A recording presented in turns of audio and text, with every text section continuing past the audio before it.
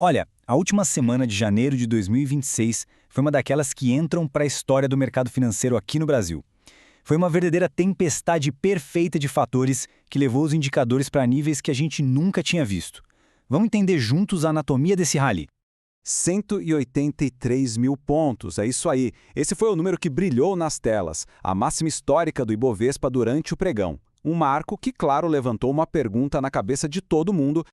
Tá, mas como é que a gente chegou nesse ponto? Para entender esse rally todo, a gente precisa olhar para quatro forças bem poderosas que se alinharam de um jeito perfeito. E a primeira delas, olha que curioso, começou aqui dentro de casa. Tudo começou com um gatilho doméstico. Foi uma surpresa na inflação que, de repente, mudou completamente as expectativas sobre a queda dos juros. Foi a divulgação do IPCA 15, que é aquela prévia da inflação de janeiro, sabe? Esse dado foi a peça-chave que destravou o bom humor do mercado, porque ele veio muito, mas muito diferente do que todo mundo esperava. E aqui a gente vê o tamanho da surpresa. Enquanto o mercado projetava uma inflação mais alta, o resultado real veio em só 0,20%. Essa baita diferença, puxada principalmente pela queda nos preços de energia e passagens aéreas, mudou o jogo completamente. E a consequência direta foi essa. Com a inflação bem mais controlada, o mercado passou a acreditar com muito mais força que o Banco Central teria todo o espaço do mundo para começar a cortar a taxa de juros, a Selic, já na reunião de março.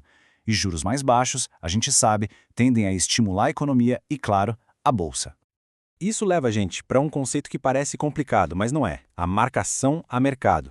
Pensa comigo, se os títulos novos que o governo vai vender vão pagar juros menores, aqueles títulos antigos que já existem e pagam mais, eles ficam o quê? Mais valiosos, claro. O preço deles sobe para refletir esse novo cenário. E o efeito prático disso? Imediato.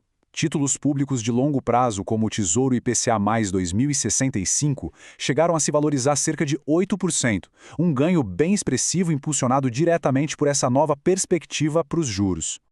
Mas seria um erro pensar que essa festa foi só nossa. Tinha uma grande rotação global acontecendo, com muito dinheiro novo procurando destinos como o Brasil. O que a gente viu foi um movimento clássico de rotação de capital. De um lado, investidores estavam sendo meio que empurrados para fora dos Estados Unidos. Do outro, eram super atraídos para mercados emergentes. E o Brasil se destacou como um dos destinos preferidos. E esse empurrão vinha principalmente de incertezas políticas e fiscais lá no governo Trump, que acabavam gerando volatilidade e fazendo os investidores procurarem lugares mais rentáveis para o seu capital. E para ajudar, o cenário geopolítico deu uma mãozinha. A percepção de que uma grande briga comercial entre os Estados Unidos e a Europa não ia escalar trouxe um alívio geral. E isso aumentou o apetite por risco em países como o Brasil. E aqui está o grande fator de atração. Mesmo com essa perspectiva de queda, a nossa taxa de juros, ainda em 15%, oferecia um retorno muito, mas muito superior ao de mercados desenvolvidos. Isso atraiu um fluxo recorde de investidores estrangeiros. O terceiro fator está no nosso DNA econômico: um boom nas commodities. Como um grande exportador, o Brasil pegou uma carona e tanto numa forte alta global das matérias-primas. O ouro é um exemplo perfeito. Com aquela incerteza nos Estados Unidos que a gente falou agora há pouco, investidores correram para a segurança do metal, que atingiu um recorde histórico, ultrapassando $5.100 por onça. Mas não foi só o ouro, não. A valorização do minério de ferro e do petróleo beneficiou diretamente as ações de maior peso no Ibovespa, Vale e Petrobras. E além delas, outros metais industriais também subiram, fortalecendo ainda mais as nossas mineradoras. E aí, juntando tudo isso, a gente chega no quarto e último fator: uma estratégia de investimento que ficou conhecida no mercado pela fórmula do Kit Brasil. Esse tal de Kit Brasil é basicamente uma aposta casada. O investidor compra a ideia de que o real vai se fortalecer, ao mesmo tempo em que a bolsa e os títulos de renda fixa vão performar bem. É uma aposta completa no otimismo com o país. E a parte da moeda se confirmou, viu? O dólar caiu forte naquela semana, chegando na casa dos R$ 5,22. Essa valorização do real foi uma peça crucial da estratégia. E é aqui que as coisas se conectam de um jeito bem legal. Um real mais forte ajuda a segurar a inflação de produtos importados. Isso, por sua vez, reforça o cenário para a queda de juros, criando um verdadeiro ciclo virtuoso que alimenta todo esse otimismo. E para completar o kit, ainda tinha uma expectativa gigante para a temporada de balanços. O mercado esperava resultados muito fortes de grandes bancos e de empresas de varejo, o que colocou mais uma camada de confiança na mesa.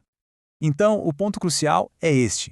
Não foi um único fator isolado, mas a convergência de todos eles ao mesmo tempo. O gatilho doméstico da inflação, a rotação de capital global, o boom das commodities e a aposta forte no kit Brasil. Tudo aconteceu junto. E este resumo aqui mostra o placar final da semana. Olha só. Ibovespa disparou mais de 8,5%. Dólar recuou.